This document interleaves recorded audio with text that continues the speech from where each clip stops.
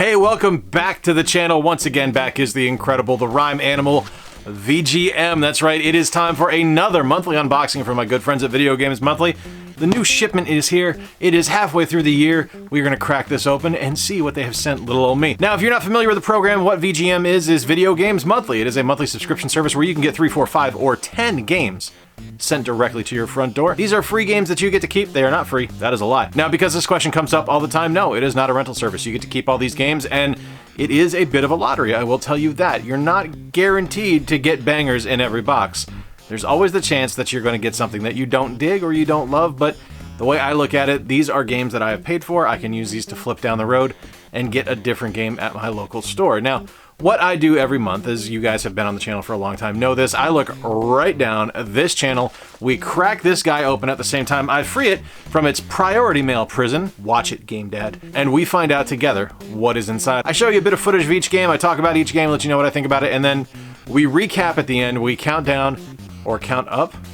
We count up. We count up what the overall value is of the entire box, and then we get the hell out of here, and we get ready for the next video on Friday. But what do you say? Let's kick things off. Let's get this guy out of said priority mail prison and find out what's inside. Now, you're able to get games for consoles all the way from the original Atari all the way up to the Xbox One and PS4. Personally, I get pretty much anything on a cartridge, so that's NES, Sega Master System, Genesis, SNES, N64, Famicom. Think that's it. I don't get anything handheld anymore. I also have on there GameCube, Wii U, and Dreamcast. So this box right here, that's nice and solid. So what do you say? Let's get this box cracked open. Let's find out what's inside, and we will take a look at each game in turn. All right, so popping it open. First and foremost, a lot of stuff in here. We're starting off pretty strong. We got some NES. We got something on a disc. I think that's GameCube, actually. I don't think that's going to be Wii U. Feels like we got 3 NES and a Genesis or an N64. Let's find out. All right, so first off, 1, 2, 3, we got a Video Games Monthly Retro AF sticker. Love this. This is going right on the window. We have our cards. We have our Video Games Monthly social card. And what this says is this says that anytime that you get a box from Video Games Monthly, if you share your experience online, you'll be entered into a drawing to win a free 3-up box. That's free 3 games coming directly to you. And on the other side, it actually reminds you to update your list of games on the Video Games Monthly website. You're able to curate which titles you own. You mark off what you have, and they will not send you duplicate games. Now, it does happen. They are human. So if an issue comes up and you get a duplicate game, just let them know. They'll take care of you. They'll get a new game sent out to you right away, and you will be good to go. Now, I have a card, which means this could be a 1-up box, and it is a 1-up card. So what a 1-up card means is I will be getting a free game in this box. So rather than 5, I'll be getting 6. Really, that flew better than I expected it to. Really excited about that. All right, so let's find out what's inside. We're just gonna rip through everything. We're just gonna go through everything. There's also bubble wrap, but it's kind of packed up right now. So we're just gonna go through everything, starting with this NES game on the top. 3, 2, 1. Star Soldier from Taxon. It's gonna be a shmup. Never played this one. Let's take a look right now.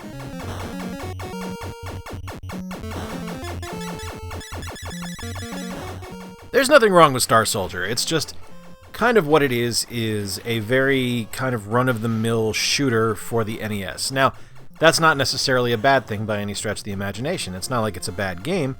It's a very good game. It actually kind of falls into the same series as Starship Hector. If you saw my underappreciated NES video from a couple of weeks back, Susasi from Geeks by the Creek suggested Starship Hector. This is actually one of the precursor games in that series, and it's a fine shooter. It doesn't do anything wrong. It just doesn't do anything terribly exciting either. It's kind of run-of-the-mill. It feels a little bit like a more advanced version of Xevious, and that's not necessarily a bad thing. It's just, it feels familiar because there's so many other games that did this exact same approach on the NES. Now, if this was the first type of game that I had played in this genre, if I had never played a vertical shooter before, and this is the first one I played, this would probably kind of blow my mind, but as I've played a lot of them, it just feels kind of middling. It's a fun game. It's a good game. It's just not necessarily something that's going to burn the house down for you. All right, there you have it. Star Soldier. All right, next, let's go. This is a Genesis game. Let's just look at the Genesis game. Let's find out what the Genesis game is. 3, 2, 1. Wile E. Coyote, maybe? Desert Demolition, starring Roadrunner and Wile E. Coyote. Very cool. I think I got this on the SNES at one point. Let's take a look at this one, and I don't remember if I did or not, but we'll find out together.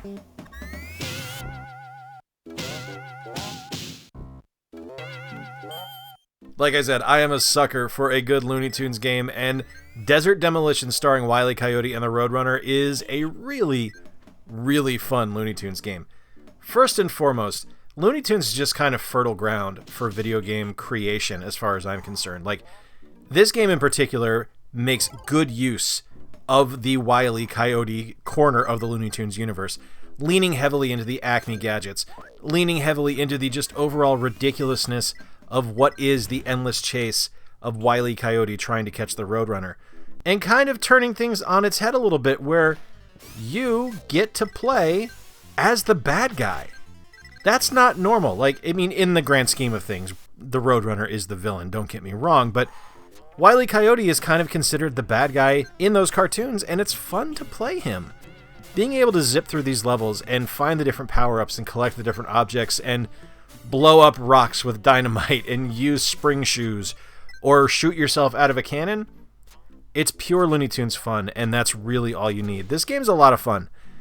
It's not going to change your mind on platformers or anything like that. Don't think this is some kind of revelatory experience or anything like that, but it is really fun, and I think despite the fact that it's not worth a whole hell of a lot, it's still a really fun title. This one I think would make a lot of people happy. Desert Demolition starring Wile E. Coyote and the Roadrunner. I am a sucker for Looney Tunes games. I do think they're pretty fun, and the 16-bit generation had some really promising stuff on there. Now, I am recording this before I've actually played it to let you know what I actually think about it in the footage you just saw, so if I didn't like it, I'm a liar. Alright, next up. This is probably a Famicom game or a Master System. Let's find out. 3, 2, 1. That is Track and Field 2. I don't know. We'll find out. This is going to be awesome because this means I can use my Konami Hypersports controller that Brian from BD Retro Mods made for me, so I can play this on my Famicom right now.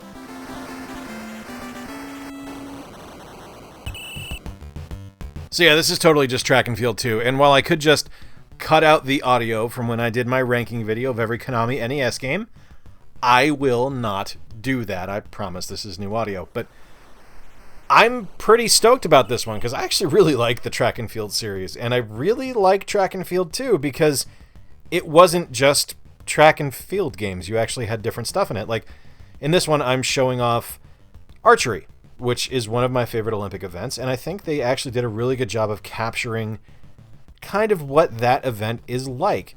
There's also canoeing, and stuff like that is just amazing to me because I wouldn't have thought to put a canoeing minigame into a track and field title, and they did a really good job with it. I'm really pleased with this one. It's a very clever game.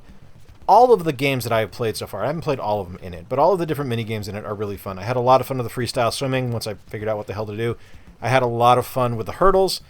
It's just a really well-made game. Like, this was Konami when they were at their best in the NES and Super Nintendo era, and games like this, games that are so simple and so easy in their approach, like Track and Field 2 or Konamic Sports in Seoul, South Korea, as this was made for the 1988 Olympic Games, is just a perfect example of that. It just works. It's just a lot of fun. All right, up next, we are going to do the GameCube game last. I'm going to reorganize stuff here. All right, up first, let's do this SNES game. 3, 2, 1. NBA Jam, that's right. I was just at a convention with Tim Kitzrow. He's the voice of NBA Jam, Mr. Boom Shakalaka. I love NBA Jam, one of my all-time favorite games. Let's take a look at it right now.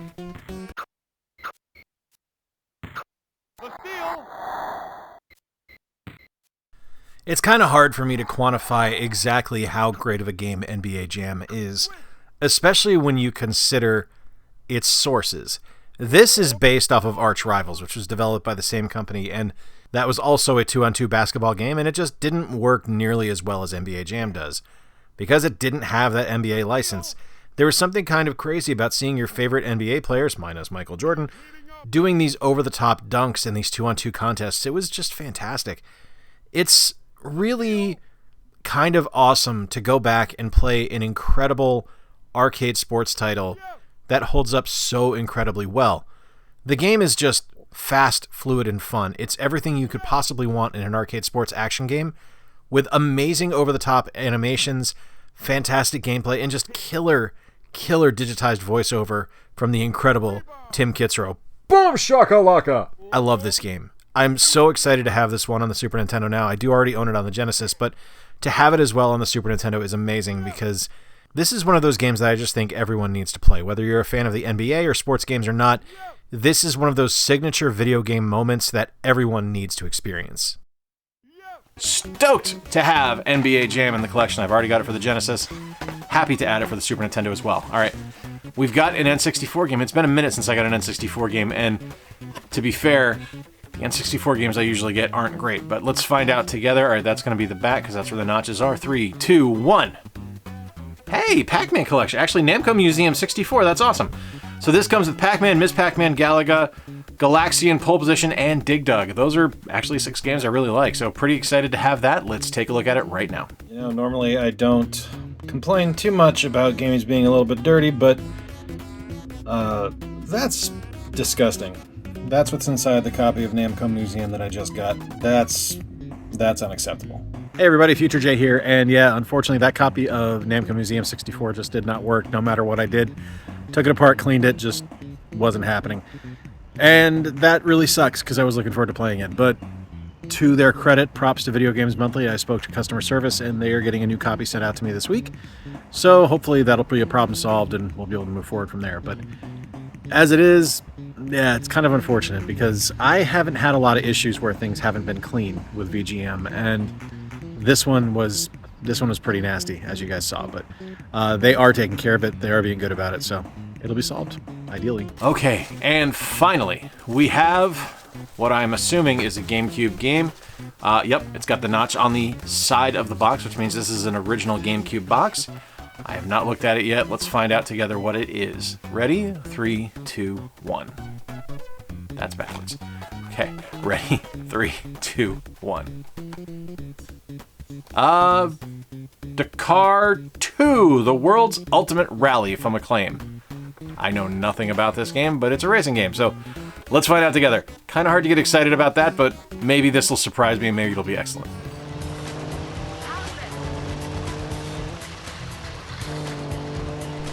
And now we come to what is by far the most shocking game in this box.